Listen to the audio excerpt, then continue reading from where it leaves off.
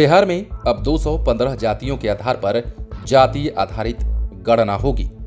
पहले चरण में 204 जातियों की सूची के आधार पर गणना की गई थी, लेकिन दूसरे चरण की गणना शुरू होने से पहले कुछ जातियों ने सूची में नाम शामिल नहीं होने पर आपत्ति दर्ज कराई थी। इसलिए 11 और जातियों के नाम भी सूची में शामिल कर लिए गए हैं। नई सूची में जिन जातियों को शामिल किया गया है उनमें बंगाली, खत्री, धरामी, सूतीहर, नवेसूद, भूमिज, मारवाड़ी, बहेलिया, रस्तोगी और केवानी दर्जी, उपनाम श्रीवास्तव या फिर लाला या फिर लाल शामिल है। जातीय गणना में प्रत्येक जाति का कोड भी निर्धारित है। दूसरे चरण की गणना के दौरान अगर सूची से अलग कोई भी जाति का नाम शामिल होने का दावा करती है तो ऐसी स्थिति में संबंधित अंचलाधिकारी की रिपोर्ट पर उसे शामिल किया जा सकता है।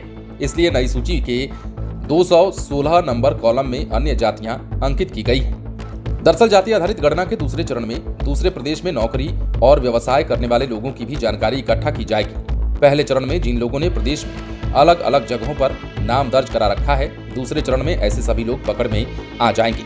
ऐसे लोगों को केवल एक जगह पर ही जाति आधारित गणना की सूची में शामिल किया जाएगा। अधिकारियों का कहना है कि दूसरे चरण के लिए जो ऐप तैयार की गई है उसमें नए सॉफ्टवेयर के जरिए 2 जगहों पर नाम दर्ज कराए लोगों की पहचान की जा सकेगी। 6 जिलों में मोबाइल ऐप के जरिए जाति आधारित गणना का पायलट प्रोजेक्ट भी चल रहा है। 1 से 30 अप्रैल तक होने वाली जाति आधारित गणना के दूसरे चरण में प्रदेश से बाहर रहने वालों का भी डाटाबेस तैयार होने वाला है। इससे पता चल जाएगा कि प्रदेश में कितने ऐसे लोग हैं जो पलायन कर चुके हैं, बिहार के रहने वाले कितने लोग किन राज्यों में काम कर रहे हैं। ये डाटा उनके परिवार द्वारा दी गई जानकारी और मोबाइल से उनके संपर्क करने के आधार पर तैयार किया जाना है। इसके अलावा दूसरे चरण के डाटा को 5 स्तर से सत्यापन किया जाएगा। प्रगणक की ओर से मोबाइल ऐप पर गणना की रिपोर्ट करने के बाद पर्यवेक्षक सबसे पहले सत्यापन करेंगे।